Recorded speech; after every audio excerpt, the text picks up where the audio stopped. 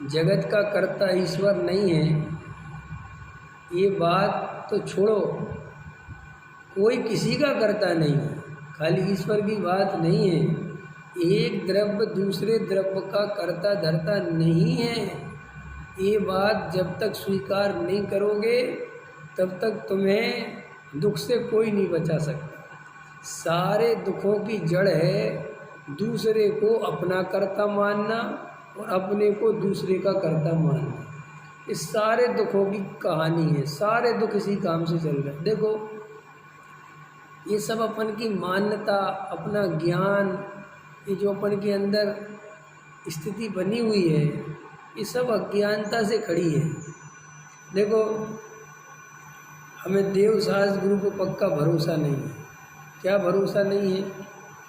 कि एक द्रव्य दूसरे द्रव्य का कर्ता नहीं है, ये भरोसा नहीं, बिल्कुल भी अंदर निर्णय नहीं। तो रात और दिन कर्तृत्व की आग में जलता है। सारे दुख आप देखोगे तो वे दुख आप पैदा कर रहे हो, दुख है नहीं वास्तव में, स्वरूप में कोई दुख नहीं है। आपने अपनी कल्पना से, जीव ने अपना दिमाग लगा लगा के दुख पैदा किया है। आपने कल्पना कर ली पैसे से सुख होगा, आपने कल्पना कर ली पर द्रव्य से सुख होगा, संयोग से सुख होगा, जबकि स्वरूप ऐसा है नहीं। कोई किसी को, अब कोई ऐसा समझ लो, आग में ऐसी कल्पना कर ले कि आग में हाथ डालेंगे तो मज़ा आएगा, ऐसी कल्पना कर ले कोई, और आग में हाथ डाल दे तो क्या होगा? क्या होगा? जल जाओगे ना। ऐसे ही जीव वस्तु का जैसा स्वरूप है, जीव ऐसा नहीं मानता, अपना दिमाग लगा लगा के होशियारी कर कर के मरता है। इतना मरता है जिसका कोई हिसाब नहीं, महादुख भोगता है। देखो, आप क्या सोचते हो कि आपको ये जो कुछ शरीर मिला है, ये आपके दिमाग लगाने से मिला है। आपको जो शक्ल मिली है, काली गोरी लंबी चौड़ी मोटी पतली, कैसे मिली है? क्या दिमाग लगाया? कोई दिमाग नहीं लगाया ना, जैसी होनी थी हो गई, अब उसमें कुछ नहीं करा जा सकता। माने ये बात तो तुम समझ ही सकते हो कि यार, शरीर जैसी चीज़ जो दिन रात मेरे साथ रहनी है, जब ये भी मुझे मेरी इच्छा के अनुसार नहीं मिली तो और अन्य पदार्थ की क्या बात कहें। लेकिन देखो, बात समझ में नहीं आती। दूसरी बात समझो, जितने भी तुम्हें संयोग मिले हैं, वे अच्छे हैं कि वे बुरे हैं, इस पे बाद में चर्चा करेंगे। वो मिले किस आधार से? अगर अच्छे मिले तो किस आधार से मिले, और अगर बुरे मिले तो किस आधार से मिले? बताओ। अच्छे मिले तो वो तुम्हारे चुनाव से नहीं मिले, तो तुम्हारे दिमाग लगाने से नहीं मिले, वे तो पूर्व का पुण्य का उदय था, उदय के अनुसार। अभी उदय क्या है? लोग जल्दी बोलते थे पूर्व पुण्य का उदय। क्या है उदय? पुण्य का उदय क्या होता है? कहाँ से बनता है ये पुण्य? पुण्य जो है ये कहाँ से बनता है? ये पुण्य का मटेरियल तैयार कैसे होता है? पुण्य और पाप दो है ना, तो पुण्य का मटेरियल और पाप का मटेरियल तैयार कैसे होता है? किस चीज़ से पुण्य बनता है? पुण्य बनता है ना, जैसे आपके देह में पुण्य के उदय से मिला, तो पुण्य कहाँ से आया? कोई भगवान ने दिया? कोई भगवान बैठा है कि लो तुम पुण्य ले लो, तुम पाप ले लो, ऐसा है क्या? तो ये पुण्य पाप कैसे बनता है? सीधा सा गलत है, अपने परिणामों से। कैसे बनता है? परिणाम। अब सुनो, पुण्य परिणाम क्या है और पाप परिणाम क्या है? अभी भी समझना पड़ेगा। ऐसा पुण्य परिणाम क्या और पाप? एक द्रव्य को दूसरे द्रव्य का कर्ता मानना पाप का परिणाम है। एक द्रव्य को दूसरे द्रव्य का स्वामी मानना पाप का परिणाम है। दूसरे की वस्तु लेने का भाव पाप का परिणाम है। पर द्रव्य में सुख की कल्पना पाप का परिणाम है। एक द्रव्य दूसरे द्रव्य का कर्ता धर्ता मानना पाप का परिणाम है। भगवान मेरा अच्छा बुरा करते हैं, ये पाप का परिणाम है।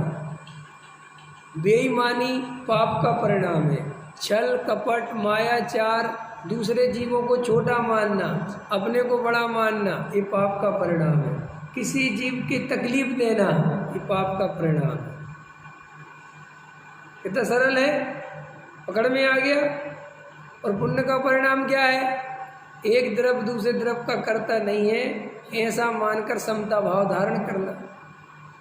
कोई मेरा अच्छा बुरा करने वाला नहीं है, मेरा कोई इस जगत में कर्ता, मेरा किसी ने कोई आज तक बुरा नहीं किया और मेरा कोई भला करने वाला नहीं है, ऐसी मान्यता से रहना ये पुण्य का परिणाम है। तो पुण्य और पाप भी अपने हाथ में है, पुण्य और पाप अपने हाथ में है, पर वस्तु अपने हाथ में नहीं है। तुम्हें पुण्य चाहिए कि पाप चाहिए, ये इस तरीके से सोचो कि इस तरीके सोचो कि पैसा चाहिए, मकान चाहिए। अपन क्या सोचते हैं? कारण नहीं सोचते, इसका कारण क्या है। अपन काय में दिमाग लगाते हैं? कार्य पे, मुझे अच्छा मकान मिल जाए, अच्छी दुकान मिल जाए, अच्छी। और ये भूल जाते हैं कि जब मेरे इतने खोटे परिणाम हैं, जब मेरी इतनी खोटी मान्यता है, तो मुझे कहाँ से मिलेगा ऐसा। और अगर ये मिल भी गया बाई चांस, तो वो भी इस जन्म का नहीं मिला, वो भी पिछले जन्मों का कोई पूर्व का पुण्य था तो चल रहा है। लेकिन इस जन्म में तो तुम पुण्य कर ही नहीं रहे, क्योंकि तुम रात और दिन परद्रव्य परद्रव्य परद्रव्य परद्रव्य। बाबूजी, परद्रव्य के चिंतन से पुण्य नहीं बनता, खतरनाक। स्वद्रव्य के चिंतन, अभी मैं आज पुण्य और पाप समझा रहा हूं। क्या कहा? तुम्हें लगता है अभी आज अपन पुण्य की ही बात करेंगे कि पुण्य बंधेगा कैसे, ईमानदारी। आज समझ लो प्रवचन का टॉपिक है ये कि पुण्य कैसे बंधेगा। मंदिर में दान देने से पुण्य नहीं बनता, घबराना नहीं। दान तुमने किस अभिप्राय से दिया है वो उसका उससे संबंध है। तुम मंदिर में आए, पूजा करते रहे और तुम्हारा पूजा में मन ही नहीं लगा, तुम पूजा में सिर्फ बाहर की क्रिया में लगे रहे, अंदर तो तुम्हारे परिणाम और अभिप्राय पूरे परद्रव्य के चिंतन में चले गए, पूरे के पूरे। पुण्य बंधा होगा, बंधा होगा। फिर कैसे सोचोगे कि पुण्य कैसे बनता होगा? कोई आदमी दया, दान, पूजा, भक्ति, व्रतशील, संयम आदि करता है, क्या सोच के करता है? पुण्य बन रहा होगा, क्योंकि बहुत मोटी बुद्धि है जीव की कि वो क्रिया से पुण्य पाप समझता है। आज आपने भोजन नहीं किया तो आपको लगता पुण्य बन रहा होगा, किसी बातें करते हो। अगर आपने भोजन नहीं किया और अंदर छल कपट मायाचार चलते रहे, बेईमानी के भाव चलते रहे, दुकानदारी पूरी चलती रही, दूसरों को लूटते रहे, तो भैया तुम्हें पुण्य कैसे बना होगा?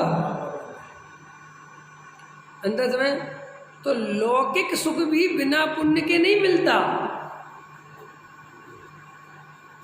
तुम्हारी ये छल कपट दिमाग लगाने से कोई सुख नहीं मिलता किसी को, याद रखना। ये तो जितना जितना तुम्हारा पुण्य का उदय होगा उतना उतना लौकिक सुख मिलेगा, वरना नहीं मिलेगा, चाहे तुम कितने ही घोड़े दौड़ा लेना। ये तो हुई लौकिक पुण्य की बात, लौकिक सुख की बात। और पार लौकिक सुख वो है कि जब इस पुण्य में से सुख बुद्धि निकल जाए कि मुझे ये जगत का सुख चाहिए ही नहीं, मुझे ये पुण्य की संपदा चाहिए ही नहीं, मैं हूँ अपने में स्वयं पूर्ण, पर की मुझ में कुछ गंध नहीं। जब ऐसा अंतरंग में बहुमान आत्मा का आता है तो पारमार्थिक सुख मिलता है।